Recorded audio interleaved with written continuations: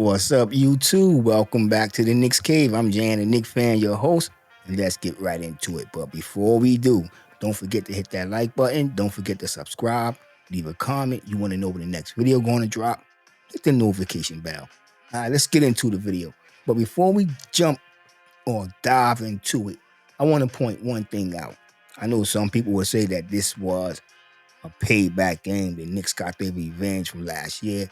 And I just want to point this out. No, they didn't. Only thing this was a great goddamn victory, a great win for the standards, a great win for the fans. A payback against the Pacers, that it was not. Let me explain. Because Pacers beat us in the playoffs, semi-Eastern Conference Finals. You know what I'm saying? That it matters. I'm not saying this game don't matter, because it matters.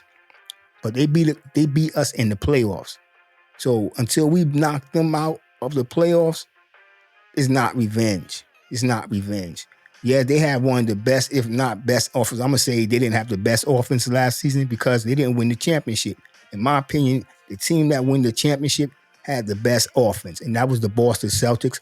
And Boston Celtics right now, they're looking like they about to do the same thing they did last year. When I'm talking about the standings, they're already off to a 2-0 start, leading the Eastern Conference right now. They just put it on the Washington Wizards. I would say, well, Washington Wizards a bum team, but they just beat my team. You know what I'm saying? They just beat the Knicks. But let's just get into this game and how the New York Knicks beat the the Indiana Pacers, and what the Knicks need to do when they come against the Cleveland Cavaliers. The Knicks came out strong. They had a strong start. They came out with high energy, intensity, taking control of the game quickly, and that 14-2 running in the second quarter helped solidify the win. It actually put the game away before the game really got started, if you ask me, because the Pacers was always on the defense. They couldn't put their offense together to really stop the Knicks. The Knicks, and yes, that was because of the defense, but the Knicks came out and they did what they had to do. And what I like what they did, it started with the Knicks 3-point shooting. I know we just got hit with some would say uh, historic moment for the Boston Celtics, but they didn't break the record. They only tied the NBA record for the most 3-pointers made in the game.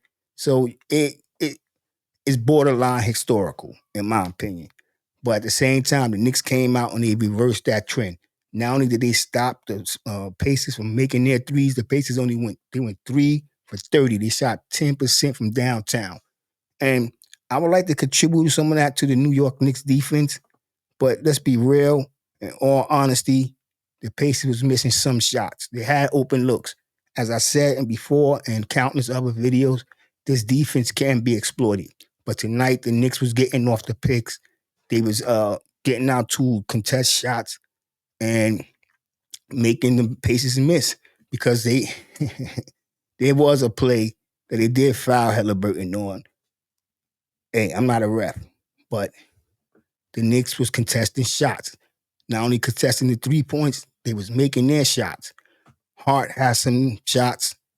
Ananobi dropped threes. Mikal Bridges, Towns. You already know what our boy Brunson going to do. We're going to get to them individual players in a second. But the 3-point shooting was, I'm not even going to say it was better than game one, because I think the Knicks went 13 for 17 against Boston.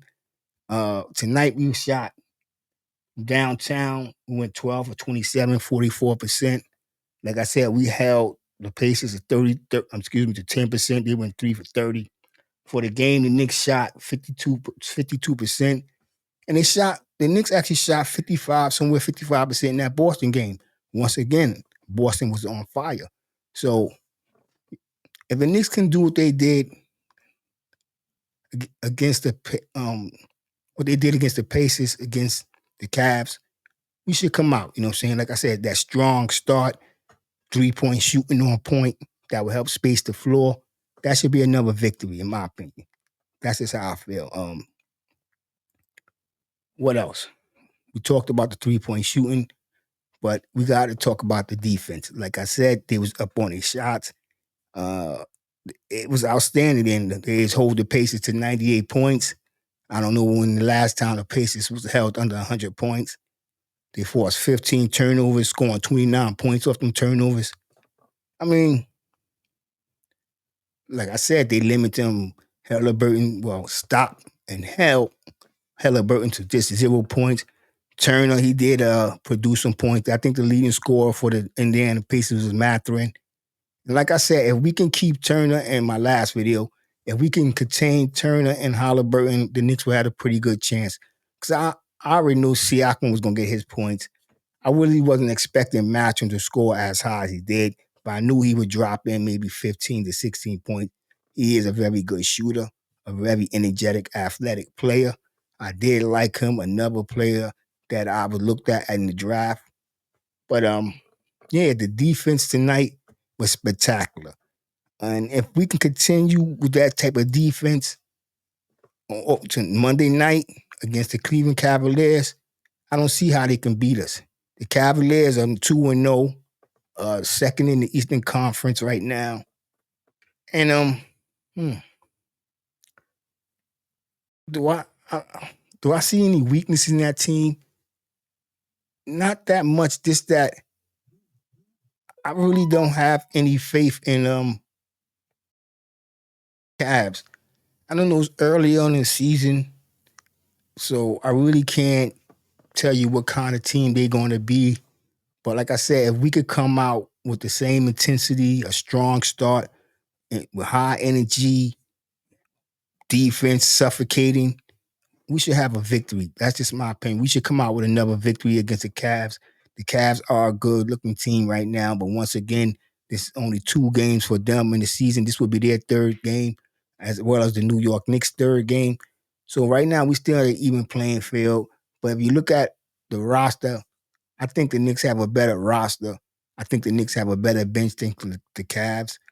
So it's going to be very interesting to see what the Cavs do against the New York Knicks defense. Now let's talk about something that I talked about in my last video, and that's Karl Anthony Towns. Uh, what can I say about Towns tonight? Towns was spectacular. Uh, 21 points. He had 15 rebounds, and he went 2 for 2 from downtown, and 9 from 10 from the free throw line. But what I liked is that he made it his business to get inside the paint. He didn't let them hold him out. He had a nice inside outside game. He would take it in, he'd take it out. I ain't gonna say it was perfect, because a perfect game for me with him dropping 30 points. I want to see a 30-point game from him, but his game was much better than what he did in Boston when he let Jrue Holiday contain him, a 6'4" guy. But he played to his strength in this game, and I like what I seen. And what I seen is that when we get to play the Cavs, I don't think there's nobody. I know Jared Allen is a very good defensive center, but I don't think he's going to be able to contain Karl Towns, Anthony. That's just my opinion. Tell me what y'all think. This guy, I got a video of Karl Towns. Let's just see how his game went for the night. Now, look at this move with Turner. Now, watch this play right here with the 3-pointer. Looked real confident when he took that shot. The nice dish from Bridges. Another 3-point shot. It's just the Knicks right now, the offense is so fluent, the court is so spread that he's gonna have all them opportunities to go one-on-one with Jared Allen. And I don't think Jared Allen can stop that spin move or that 3-point shot, or when he's cutting to the basket. He's kind of a beast, a low beast. I know people consider him to be soft, but I'm starting to see why he's considered one of the best big men in the league, other than his shooting. You know what I'm saying? He got that Jenny Croissant. You know what I'm saying? I probably messed the French word up, but I know y'all understand what I'm talking about. With Karl Anthony Towns on this team, the offense is going to move much smoother, much more cohesive, and much more balanced. That's just my opinion. Now, here's a guy that we all was worried about, and that is Mikal Bridges. Bridges had a spectacular night, in my opinion. Preseason, let's be real, it looked shaky. You know what I'm saying? It looked a little shaky. It looked like the Knicks gave up a lot for nothing. In that Boston game, other than Brunson and McBride, he was a bright spot for the New York Knicks. And I knew it was going to carry over. I'm just hoping that it get better because he's still shaky on his 3-point shots. He scored what 21 points a night. He went 8 for 12 from the field, 2 for 3 from downtown, 3 for 4 from a free throw line. He had a plus 13. I mean, what the only thing I had me nervous is that early in the game he picked up 3 quick fouls, and I thought that really was going to affect the way he played the game. But nah, he played defense. He took the open shot. He dribbled, got to the rim, and that floater for a 6'8" guy is going to be hard to stop. Um, Tell me what y'all think. Is it worth them picks?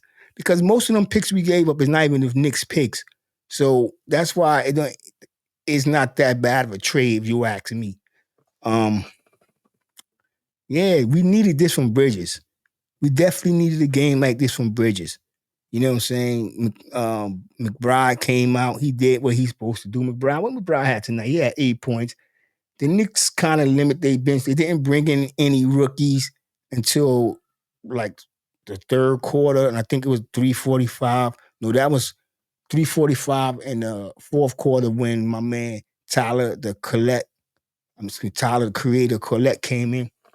But the first rookie off the bench was Hooker Porty, which was encouraging because I think Jericho Sims only got 2 more games to show Tibbs what he can do as a backup before he get hooked and the Hooker Porty show start begin. Because for the first minute he came in, he got a block.